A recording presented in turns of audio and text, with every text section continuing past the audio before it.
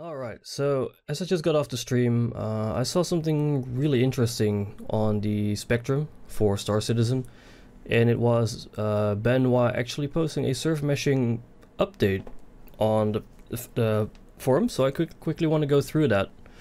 Hi everyone, I hope you've all been having a great week so far. I mean, it is one Monday evening, so I suppose so.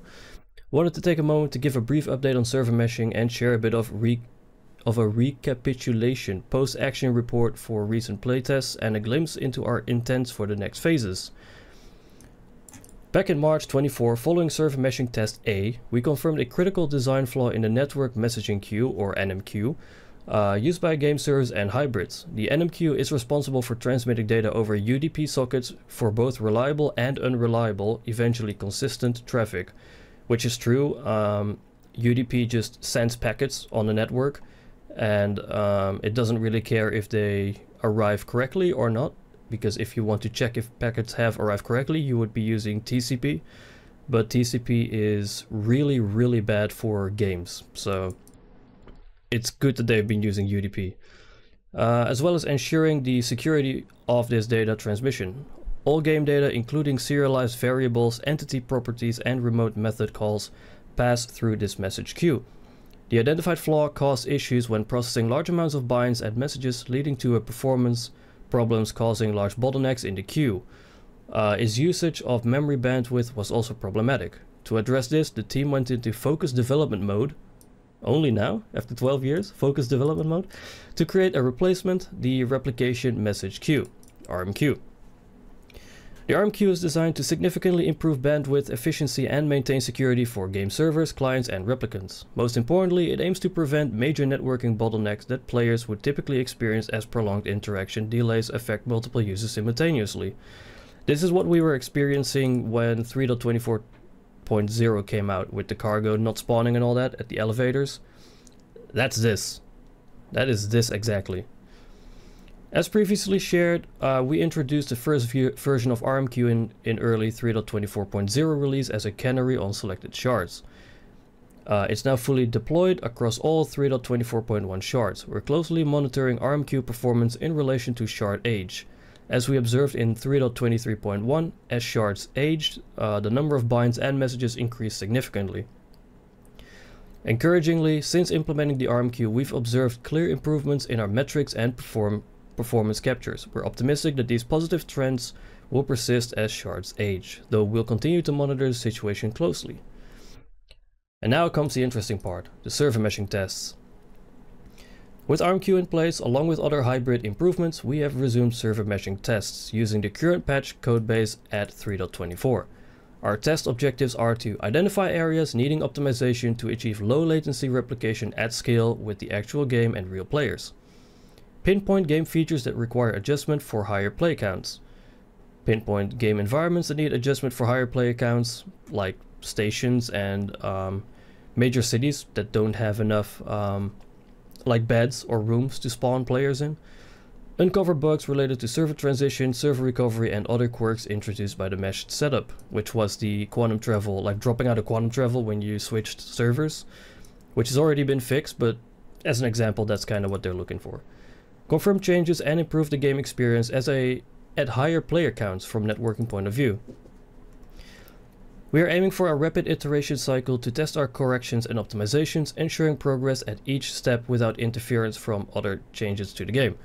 Our goal is to conduct weekly tests until it is time to rejoin the main development branch for the 4.0 PTU waves. We will only proceed to a tech preview test in each week if we have sufficient changes and improvements validated for you all to play.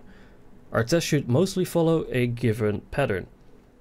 First, start with a single server setup to validate no new problems, which is as we have now on the live and PTU servers. It's just one game server, 100 players, same setup as before. Expand to mid-size configuration, aka 3 DGS servers, 500 players. Expand to a larger size configuration, aka 6 DGS servers and 1000 players. And then reel back to a comfortable player cap and server amount based on performance to leave the test open for a few hours so more players can experiment and we can capture data. Which is what they did last time with, I think, 750 players, and 6 servers. although I wasn't part of that anymore because of time zones. In these tests, missions will not be available as the mission system is currently facing or being refactored to be server meshing compatible in 4.0. Several game systems, like social, are also being adjusted for server meshing, but those changes are not in the technical preview builds, which we aim to isolate for any ongoing development. Bar networking code. The testing of these systems will resume when 4.0 hits PTU with server meshing enabled.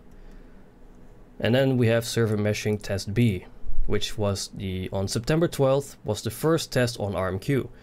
The results were disappointing and unexpected, but the previously identified bottlenecks identified in test A was confirmed fixed.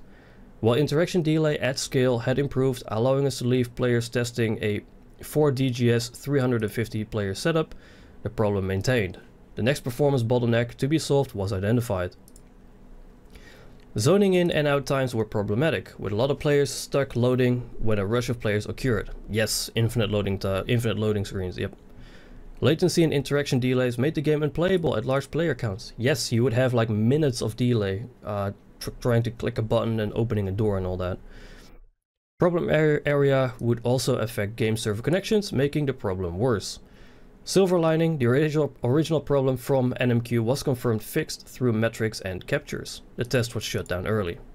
Yeah, which was at like, I think 5 AM my time. Server meshing test C, post-action report. I wasn't able to attend this one at all because it started at 4 AM my time and it already closed by the time I got home from work, so sadly I wasn't able to attend this one. Meshing test C was conducted on September 19 and included performance optimizations. Test C was first to use a build with the legacy NMQ system stripped out. This was an important step as RMQ has been designed for greater parallelism. But these optimizations could not be unlocked while we still needed to support NMQ. Test C included the first round of these planned optimizations and significantly improved our ability to scale before the interaction delay grows and the game becomes unplayable. This test also allowed us to start seeing more gameplay related issues as players spread around the game world and were able to experience a meshed universe, which was almost impossible in server meshing test B because nobody was able to get into space, basically. This test was a big step forward. We were able to successfully identify additional issues present, but walked away from this playtest feeling optimistic. Observations: zoning in and out times were still problematic at higher player counts. Many players have XL hangars, but there aren't enough XL gateways when many players spawn in a short period of time. ATC queue times were too high. I mean, everyone has XL hangars because everyone buys big fucking ships for the game. That's why everyone has XL hangars. Social systems are still tied per game server and not per game shard. That's an issue. That's a big issue.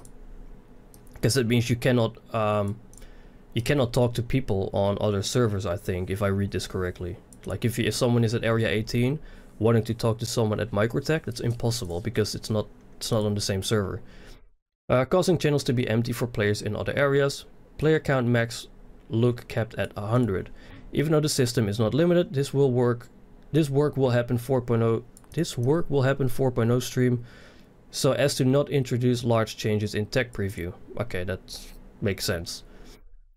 Higher player count and markers are a usability/visibility issue and have performance costs on the client. Yeah, I think this is what basically Morphologist uncovered when he did the Wally's bar test, when there was like 300 people in Wally's bar and they all had player markers and it would tank like 10 FPS, if not more. Bathrooms in New Babbage were clogged, causing massive conga lines as players queued up to wait for their turn.